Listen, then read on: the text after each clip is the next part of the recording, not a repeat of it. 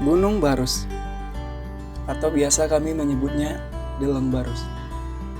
Deleng yang berarti gunung dalam bahasa Karo. Tak banyak informasi tentang gunung ini. Yang ku tahu, banyak orang yang sudah tersesat di gunung ini. Salah satunya adalah aku dan kedua temanku, tepat sekitar 6 tahun yang lalu.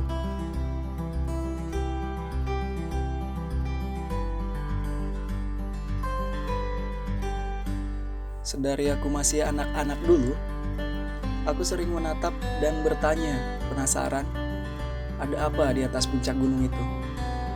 Karena terlihat gagah dan hampir selalu tertutup oleh kabut. Jika dilihat dari kota kelahiranku tentunya, Brastagi. Dan pada hari ini, beranikan langkah untuk kembali mengunjungi gunung yang pernah membuat aku belajar banyak hal tentang sebuah pendakian.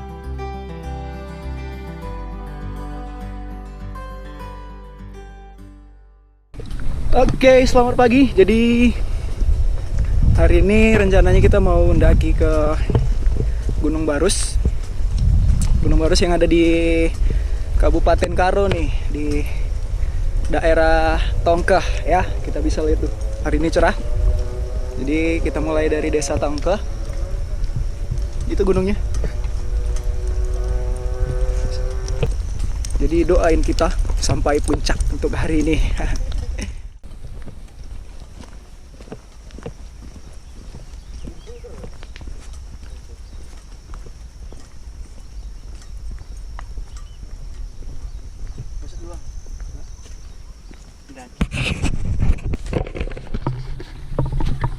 Oke, kita mulai dari pintu rimba pukul 9.27.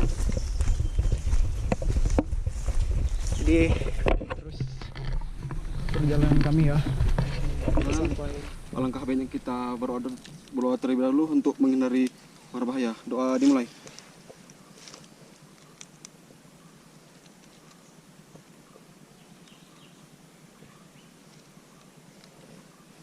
Oke, doa selesai. Aku sedikit mau bercerita tentang kali pertama aku mendaki Gunung Barus ini. Dan kali pertama itu juga aku merasakan yang namanya tersesat dan hilang arah di sebuah gunung. Dengan hipotermia yang hebat, hampir tak bisa bernafas, putus asa, dan kehilangan harapan hidup. Yang kusesali adalah kenapa aku bisa sebodoh itu melakukan sebuah pendakian hanya berbekal rasa penasaran, tanpa sebuah persiapan. Jika ada rasa wajar, mungkin karena minimnya pengetahuanku tentang sebuah gunung dan cara aman untuk mendakinya. Tapi hal itu pula yang membuat aku bangkit dari rasa putus asa akan kebodohan yang sudah kulakukan di atas gunung ini. Banyak hal yang kudapatkan, bukan sekedar penderitaan saja, tapi juga hal yang membuatku takjub dalam kekhawatiran. Mulai dari hewan-hewan yang belum pernah kulihat, hal-hal yang berbau mistis, gigitan pacet, sampai dingin yang hampir membuatku frustasi saja. Oh iya, ada satu hal yang sampai saat ini membuat aku bertanya-tanya. Tepat pada malam hari, dalam keadaan pakaian basah karena baru saja diguyur hujan, yang tentunya membuatku semakin tersiksa di gunung ini.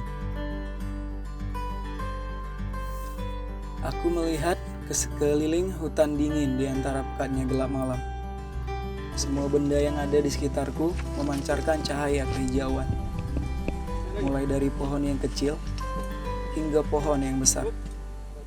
Mulai dari daun yang masih melekat di ranting sampai daun yang sudah terjatuh di lantai hutan. Bahkan saking penasarannya, sampai kutanyakan hal yang kulihat kepada temanku. Dan ternyata dia juga melihat apa yang kulihat. Sepengetahuanku, memang ada sejenis lumut atau jamur yang bisa memancarkan cahaya. Tapi sepertinya tak seperti apa yang kusaksikan kala itu. cukup di luar logikaku yang masih tersisa pada saat itu. Dengan kondisi yang makin melemah, aku hanya bisa memanjatkan doa di sela-sela pohon-pohon rimbun dan jurang yang seakan sama arah. Memaksimalkan sisa tenaga dengan sesekali menyemangati teman dengan canda-canda yang terlihat basi jika dibercandakan dalam keadaan normal.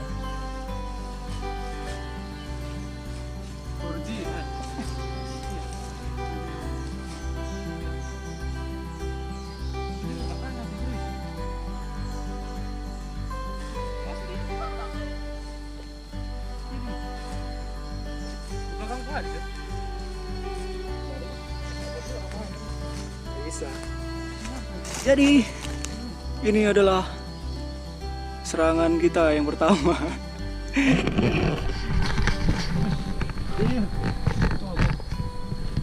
Lihat nih, serangan kita yang pertama, si cantik dari Gunung Barus. Banyak nih. Ada yang mau melihara nggak? Wih, dingin, dingin. Aduh, dingin. Dingin bang. Banyak bang.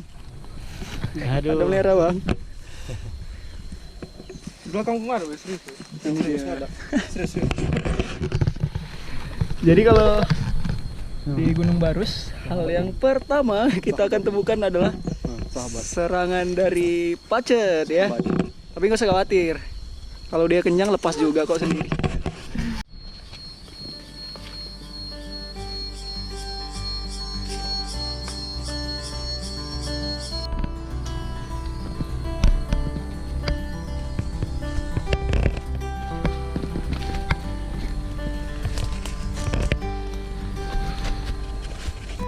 Aku tampak baik-baik saja saat itu.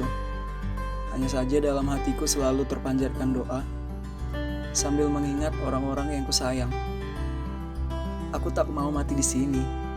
Sementara masih banyak orang-orang yang menantiku di sana. Menjalani hutan ini semakin mengerikan saja. Dan pada akhirnya terlihat jalan setapak yang nampaknya menuju ke sebuah desa di pinggir kaki hutan di antara perladangan. Tersirat senyum bercampur bahagia di sisa-sisa tenaga yang ada. Terima kasih Tuhan dalam langkahku yang terbata-bata. Cucuran darah dari bekas gigitan pacet dan tusukan ranting duri tak kuhiraukan lagi. Yang kupikir aku bahagia melihat cahaya di ujung hutan itu, seperti melihat cahaya surga saja. Aku masih diberi kesempatan kedua dari kebodohanku dalam pikirku. Semangat tiba pada saatnya terselipkan kata cinta di relung hati. Gunung tak akan pernah berhenti tumbuh ke udara. Sekarang bagaimana cara kita mencintainya dengan cara sederhana? Tak mungkin bisa melupakan sebuah gunung. Yang tersulit itu ketika kita berhenti untuk mengunjunginya. Tak banyak bedanya kehidupan ini dengan sebuah jurnal pendakian. Jika diberi pilihan antara gunung dan kehidupan, aku akan meletakkan di tengah-tengah di antara keduanya.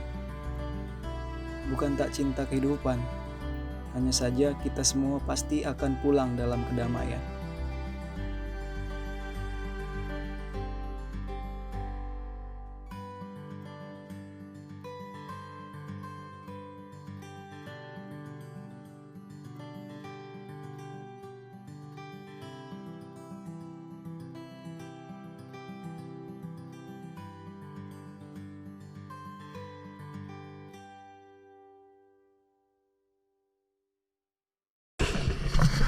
Dan akhirnya setelah kita tersesat beberapa kali, naik punggungan bukit, turun punggungan bukit, jumpa sungai, jumpa jejak macan, jumpa jejak babi. Akhirnya kita sampai di titik tertingginya Gunung Barus 2301. Ini dia. Oke. Kita sampai juga akhirnya. 2301. Yep. Aduh, ampun. Jadi gimana bang perasaannya bang? Terbayar sudah. Ah, Abang itu? Seharusnya kita sampai lebih awal dikarenakan kita kehilangan jalan, kita tersesat, serius kita tersesat. Hampir 1,5 jam kita kehilangan jalan dan akhirnya kita memutuskan untuk pulang. Akan tetapi di tengah jalan kita nemuin satu tanda nih yang menuju ke arah sini dan akhirnya kita sampai. Ini kali kedua aku di Gunung Barus. Kali kedua di Gunung Barus. Sebenarnya reuni nih. Reuni sama gunung satu ini karena Gunung Barus adalah salah satu gunung yang ngajarin aku buat sedih sih ceritanya. Gunung Barus salah satu gunung yang ngajarin aku gimana cara naik gunung, gimana cara bertahan hidup di gunung, gimana cara menghargai gunung, gimana menghargai teman-teman, gimana menghargai ego.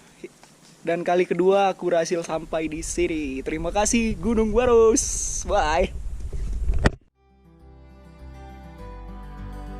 Sekali lagi, gunung mengajarkan aku sesuatu. Terima kasih sudah membantu aku mencari jawaban dan masih memberi kesempatan aku untuk kembali berkunjung.